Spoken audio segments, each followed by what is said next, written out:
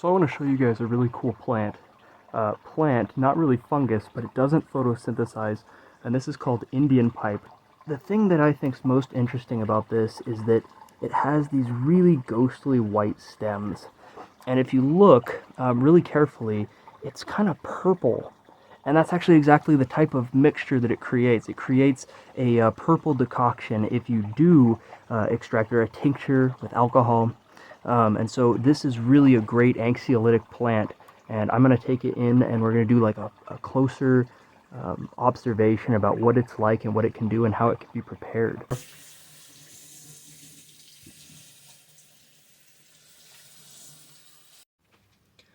So now that we're back home, we can take a look at some of this ghost pipe in more depth and figure out how we can get the anxiolytic tincture out of it. Firstly, I want to say to everybody who says don't harvest ghost pipe because it's endangered and all this other conservation stuff, I harvest mine after the seed pods have already spread their seeds and dried up. So you can see right here that the seed pod has already completely dried and it is finished reproducing, and this is what allows me to be able to pull it out of the ground. So some people who harvest the aerial parts say that it's ethically harvested. That's a whole discussion for another time. I'm mostly just going to be talking about how to produce the herbal medicine from this really incredible plant. So the first thing that you want to do is you want to get a large mortar and pestle. And if you'd like to cut them, if you have long pieces like mine, you can cut them in half to make them fit easier. I have a pretty large mortar and pestle right here. It's about 7 inches. But some people have smaller mortar and pestles like this one. And these ones, you definitely would want to cut it.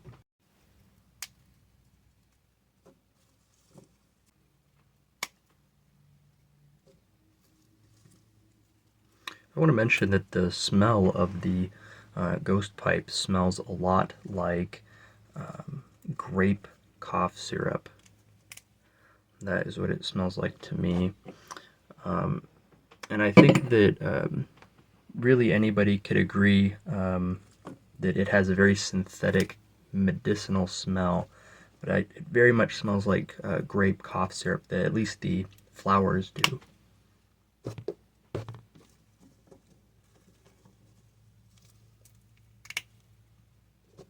That also kind of makes sense considering that the tincture that you get from it is actually purple, so it kind of looks like NyQuil or grape cough syrup.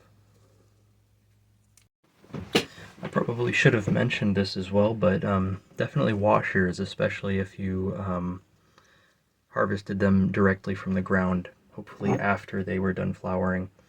So we're going to take them and put them into our mortar and pestle, and the reason we're going to do this is because you can wait a little bit less time for a tincture if the plant walls, the cell walls of the plant have been crushed to exude some more of the medicinal properties and the alkaloids and glycosides found within the ghost pipe. So I'm going to crush them up, but they are very fibrous because these are the older ones, remember, so that's another reason they need to be crushed up, is because some of these walls are very tough and not as delicate as they were.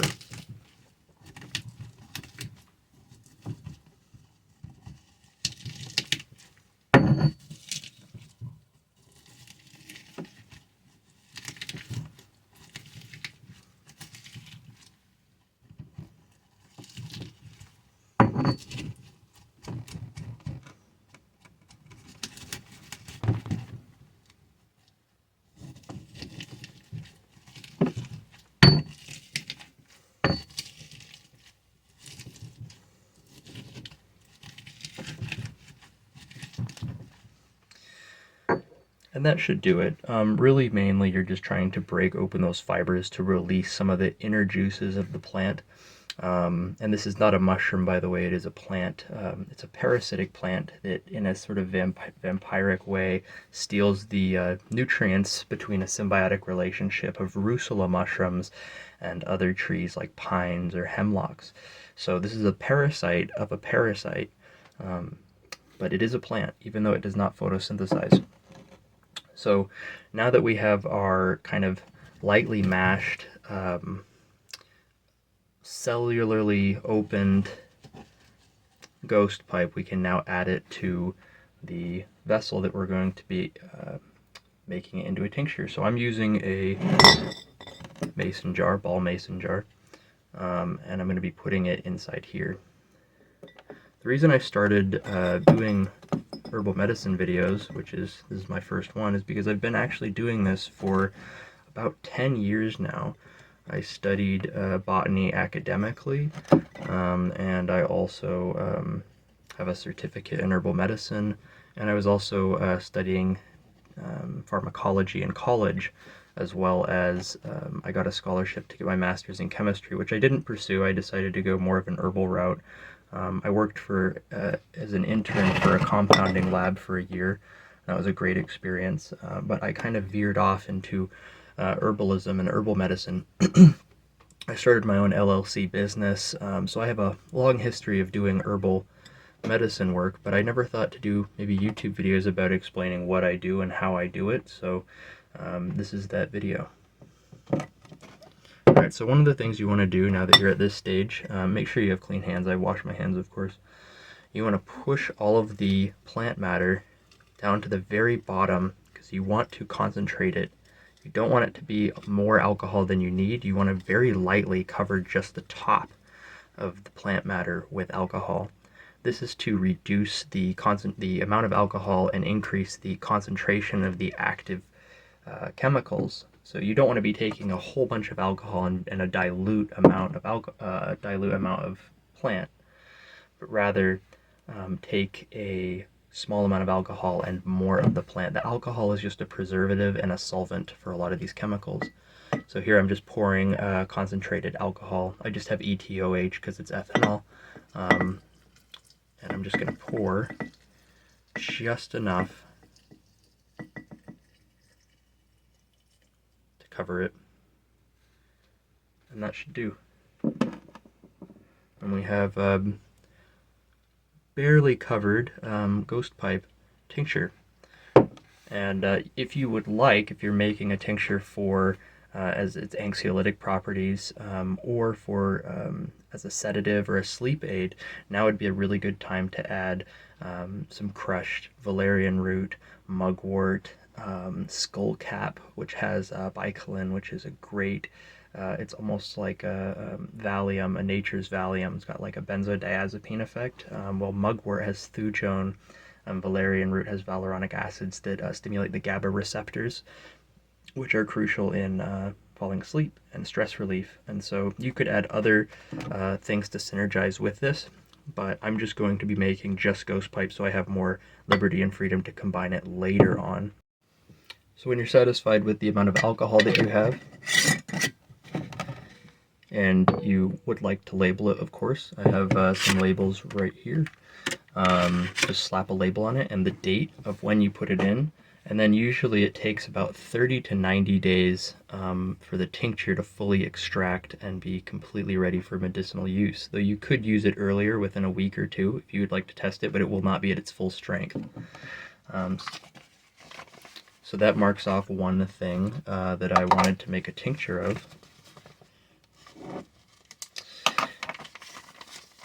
And you know, the interesting thing about ghost pipe is usually I would like to include the active ingredients that have been extracted in scientific studies, but ghost pipe has a very large span and plethora of different glycosides and chemicals that may work in synergy with each other in the body that we couldn't necessarily isolate in a lab. So it's hard to say specifically which chemical is in there that's giving it its anxiolytic effects.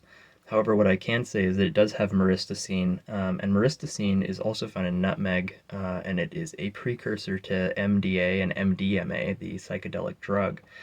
So I do know it does have some interesting effects on dreams, and I've seen a lot of people mention and comment that it does have strange effects on dreams, so it could be, you know, really useful or interesting to pair with mugwort if you're into those kind of things, into expanding what kind of dreams that you have. So I think that's going to sum it up for today, and I think we've covered how to prepare it. So thank you for watching this video, and I hope to make a few more like this to explain the processes and harvesting and other things. So thanks for watching. And if any of you are interested, of course, in the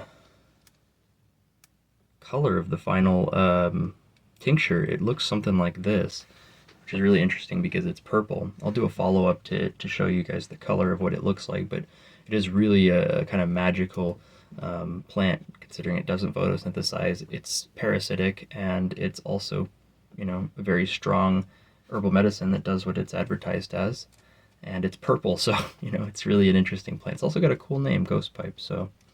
Other than a slight unfortunate smudging of the ink, I can now put it up with my other infusions and tinctures. And I have some more down there for my business as well. And then I also have all my other herbs and my books and all kinds of different things that I'm going to make videos about and talk about later.